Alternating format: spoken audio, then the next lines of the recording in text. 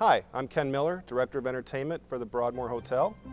Welcome to Broadmoor Entertainment's Interview Cafe.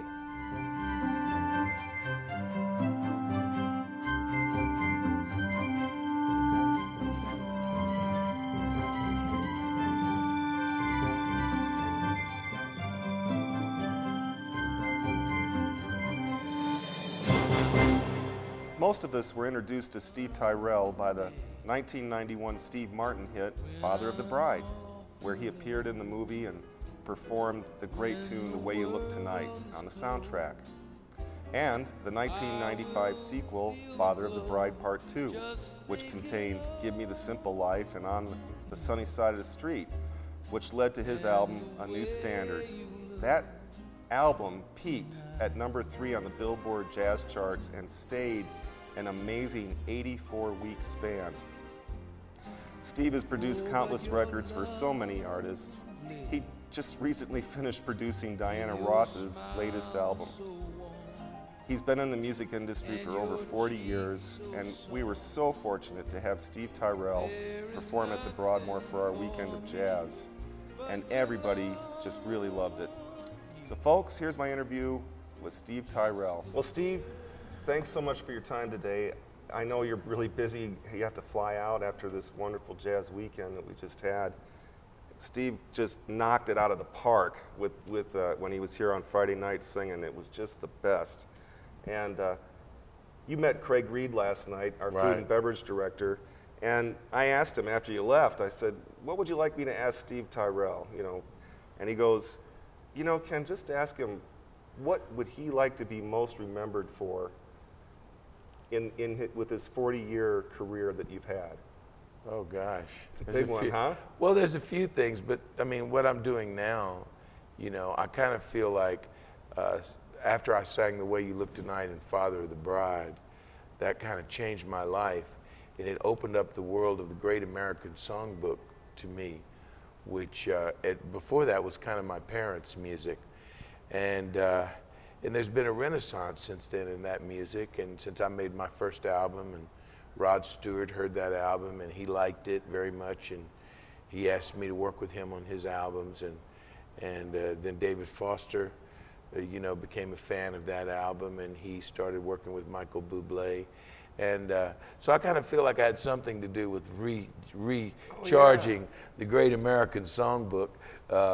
Rod and I won a Grammy for his songbook album, which he had been nominated 14 times, and he'd never won a Grammy. So the Great American Songbook won him his first Grammy. Oh, that's so I'm happy about that. The other thing people I don't think know about me is a few years ago I was working on a film with Steven Spielberg, because I do a lot of that stuff. I used to, a lot of film music supervision and stuff. Oh, okay. And I had an idea to take this little song that the Mice sang and put it over the end credits of his only animation, An American Tale. And you know, Peter Asher and I ultimately produced the record, and it was the first time anybody had ever done that. And of course, it became the Song of the Year, won the Grammy for the best song from a motion picture, got nominated for an Oscar, didn't win. The first one never wins for some reason. But got the Golden Globe, and it turned out to set a trend that's still going on today in animated features, you know, where they have the big pop song at the end. Oh. I kind of started that one. Oh, jeez, that's just amazing. So those two things I wish people would, you know, give me a little check mark for my boxes noted and checked on this end. I tell you, that's awesome. What great stories. And you were talking about this new club that are the Frank Sinatra. Oh yeah, well that, you know, the Sinatra family have been the two people that really kind of came out right at the beginning for me and encouraged me to keep doing what I was doing when I made my first standards record. Because you know, when I made my first, when I sang The Way You Look Tonight and Father of the Bride, it was in the middle of the grunge period. Right. You know, where all the songs were about committing suicide. Right. So for me to come out with, you know, someday when I'm awfully low was pretty funny. And I don't know. I didn't know whether I was doing the right thing or not, but I did it.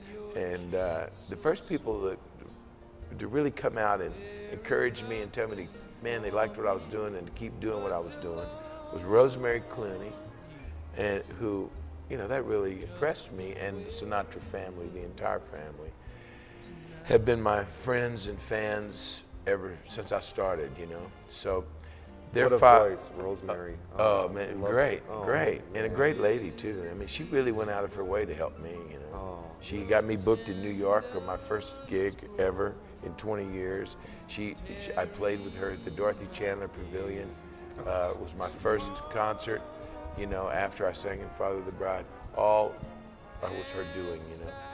And the Sinatra family, because of them, I got to do the Songs of Sinatra album because they asked me, or with Quincy Jones, to sing Fly Me to the Moon at the Hollywood Bowl, you know, in honor of their father Frank, who was nominated that night, not nominated, but inducted that night into the Hollywood Bowl Hall of Fame, and that led to me making an album of his stuff.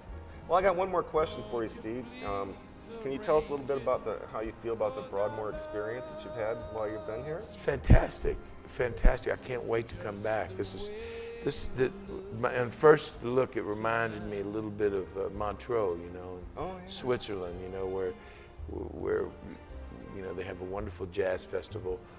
But this is much more, like I told Earl, much more intimate and more soulful, and you know, it just was a wonderful. I was surprised by it. The whole thing. The sound was great. Oh, it was awesome. The hotel is beautiful. It has the surroundings are so fantastic. I hope they put my picture on the Wall of Fame. That's what I want to. I'm making my bid right now. We'll get you up there.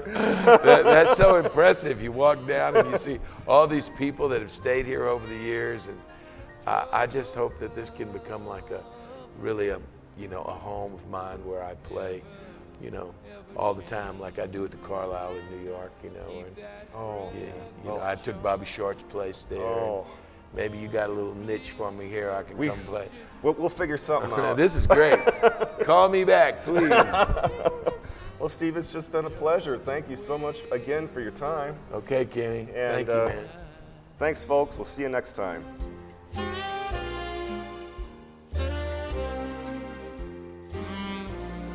Just the way you look